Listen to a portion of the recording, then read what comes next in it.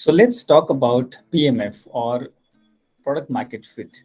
PMF is an ever evolving game, and we always have to be on our toes to understand the evolving conditions in the market and the way your competition is reacting in the market.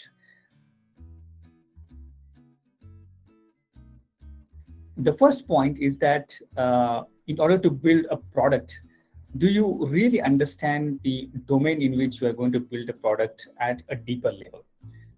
In our case, we are building more of an ERP system for CPG companies across the globe to help them understand how their stock is placed across a large number of stores, be it online or offline stores.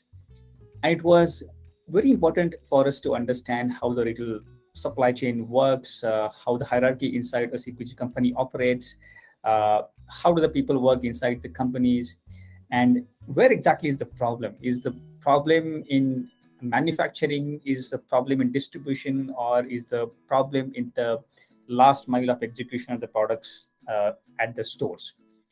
And a good way to get this knowledge is to talk to industry experts, or maybe you can have a few advisors who have a vast amount of experience, who have lived the problem, and get a very deep conviction about the domain. Because if you don't understand the domain, if you don't understand the problem, you don't know how to build a product. The second point is what is the cost of not solving a problem? I often like to think about this not question, because it helps you to understand, if you don't solve this problem today, is there going to be earthquake? And if this problem remains unsolved for, let's say, next 3 years to 5 years, are the tremors of earthquake going to be felt by a large number of customers? Because if these two are true, right, then it again gives you a belief that this is a really important problem for a large number of customers. And there is some amount of meaning attached to it. And if we don't solve this problem today, a lot of customers are going to suffer. And probably I have a chance to build a product to make the world a better place by solving this problem. The third aspect, and I would say equally important, is that do you really understand the users and buyers who are suffering from this problem? Because if you don't understand your users, you don't know how to build a product to change their daily lives. Enterprise SaaS sales is more about relationships. It's about people.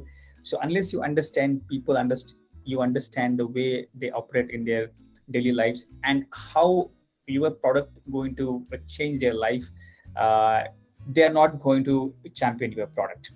And it is equally important to understand who is going to be your buyer inside the org, and what kind of ROI you can show through your product by solving the problem. Why should they pay you, and what kind of ROI you will get?